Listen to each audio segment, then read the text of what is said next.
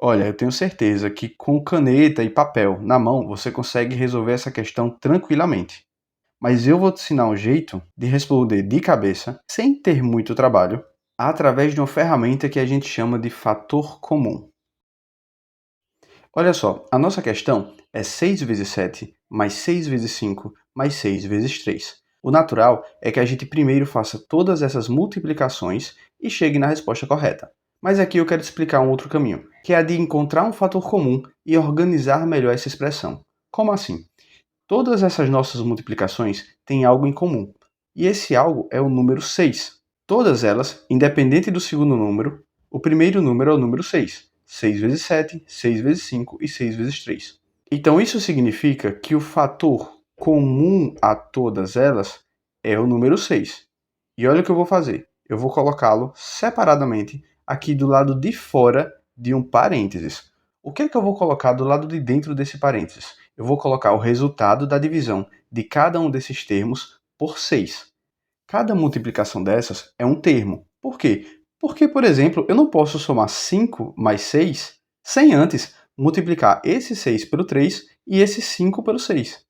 Do mesmo jeito que eu não posso somar 7 mais 6, porque antes eu tenho que resolver essa multiplicação. Esses dois números, eles estão ligados pela multiplicação e, portanto, eu não posso fazer as somas. Quando você para olhar, é como se você tivesse três termos.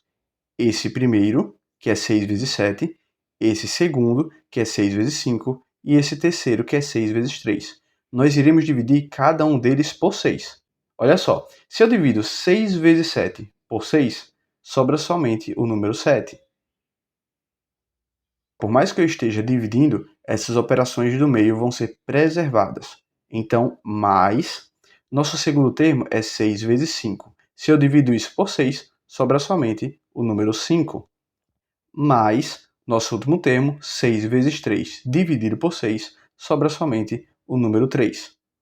Beleza, a gente fez uma fatoração por fator comum. Nosso fator comum é esse número 6. Nós respeitamos os três termos e respeitamos as somas que existiam entre eles. Como é que a gente responde isso agora? Sempre que existem parênteses, a gente responde primeiro o que está entre eles para depois fazer as operações que estão do lado de fora. Então a primeira coisa que a gente vai fazer são essas somas.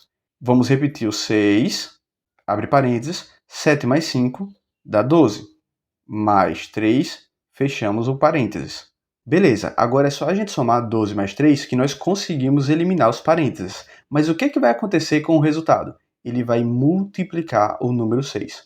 Por quê? Sempre quando a gente tiver um número do lado de fora de um parênteses, mas colado com ele, sem que exista aqui no meio um sinal de subtração, divisão, soma, significa que existe uma multiplicação entre esse número e o resultado do que está entre parênteses. Então, como é que a gente responde?